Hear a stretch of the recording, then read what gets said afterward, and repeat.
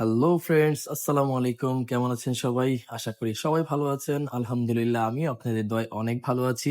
আর আজকে আমার এই ভিডিওতে দেখাবো আপনি কুয়াকাটায় গিয়ে মাছ খাইতে হইলে আপনাকে কোথায় যাইতে হবে এবং কিভাবে দামাদামি করতে হবে। টোটাল প্রসেসটাই আমি আজকে দেখাবো।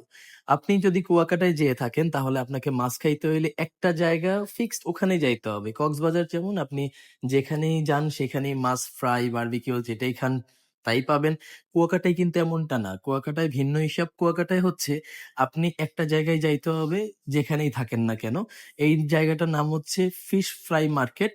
আপনি যদি জিরো পয়েন্টে থাকেন তাহলে ওখান থেকে ৳১০ হচ্ছে অটো বা ভ্যান ভাড়া। আপনি অটো বা ভ্যান দিয়ে এইখানে আসতে হবে, নতবা ওখানে বাইক ভাড়া পাওয়া যায় ঘন্টার জন্য। এগুলো আলাদা হিসাব, আমি অন্য কোনো ভিডিওতে দেখাবো। তবে অটো বা ভ্যানে করে আসলেই সবচেয়ে বেশি ভালো। এই জায়গাটাতে ৳১০ করে ভাড়া। যদি কেউ বেশি চায় তাহলে ধরে নিবেন যে আপনি প্রতারণার শিকার হতে যাচ্ছেন।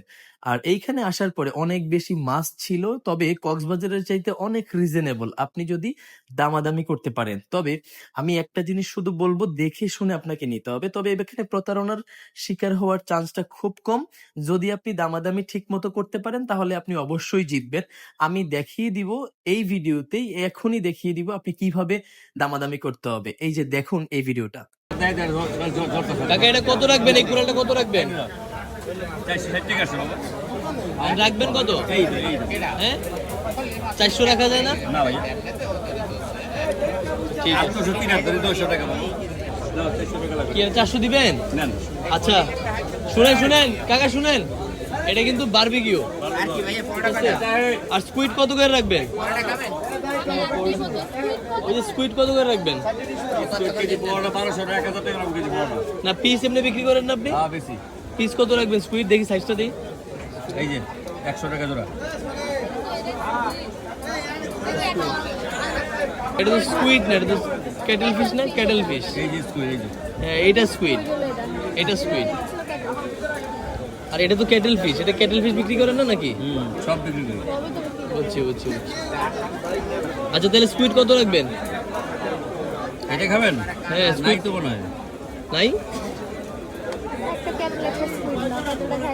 তাহলে একটা কেটেল না একটা স্কুইড নাও। আচ্ছা, তাহলে একটা কেটেল একটা স্কুইড কত রাখবেন? ৳100। একটু বড় সাইজের একটু কেটেল দেন। দুইটা ৳100 আর কি। ঠিক আছে ভাই। আর চিংড়ি কত করে? চিংড়ি এটা ৳150 রাখেন। না ভাই, ৳100 ৳150 রাখেন, একটা দেন। আমি তো আপনার কাছ থেকে অনেক কিছু নিলাম। ৳150 রাখেন। 250 বেচছি, ৳200 পিস রাখবো। এই যে একটা ডিমালা চিংড়ি দিলাম, এই যে খাইয়া মজা পাবেন। না, ডিমটা ব্যাপার না, আপনি একটু কমে টমে রাখেন। এই পাশে ৳200 ডিমই আছে এখানে। মাছ তো ফ্রি পাইতেছেন। একটা জোড়া ৳200। তাহলে একটা কাজ করেন কাকা, আমার এটা একটু কমায় দেন ডিমেরটা। না, এটা কম করে নেবো। এটা ৳250 কম লাগে না, আপনি দিয়ে দেয়। তাহলে শুনেন কাকা, শুনেন, এটা শুনেন, এটা ৳200 ধরেন। এটা কাকা 130 ধরছে, এখানে ঝামেলা। 100 টাকা কাকা। আচ্ছা, 100টা করে নেবো, তাহলে সমস্যা 900 ঠিকই আছে। 5টা পট এটা 130 ধরছে না? হ্যাঁ বলছে 100 টাকা। শেষ। আপনারা আমার মাছ কেনার টোটাল ভিডিওটাই দেখলেন। আমি একদম ভিডিওটা শেয়ার করছি আপনাদের সাথে। হার জিত জানি না কতটুকু জিততে পারছি, তবে আমার মনে হয় আমি ভালোই নিতে পারছি। আর তাদের রিসিটে যে ভুল একটা অ্যামাউন্ট আসছে ৳30, এটা হচ্ছে হয়তোবা তাদের ভুলবশত একটা ছিল, ইচ্ছাকৃতভাবে হয়তোবা তারা এটা করে নাই। তবে আপনারাও খেয়াল রাখবেন যেন আপনাদের সাথেও অনিচ্ছাকৃত হোক ইচ্ছাকৃত হোক এই ভুলটা যেন না হয়, বা আপনাদের কাছ থেকে যেন বেশি টাকা তারা না নিতে পারে।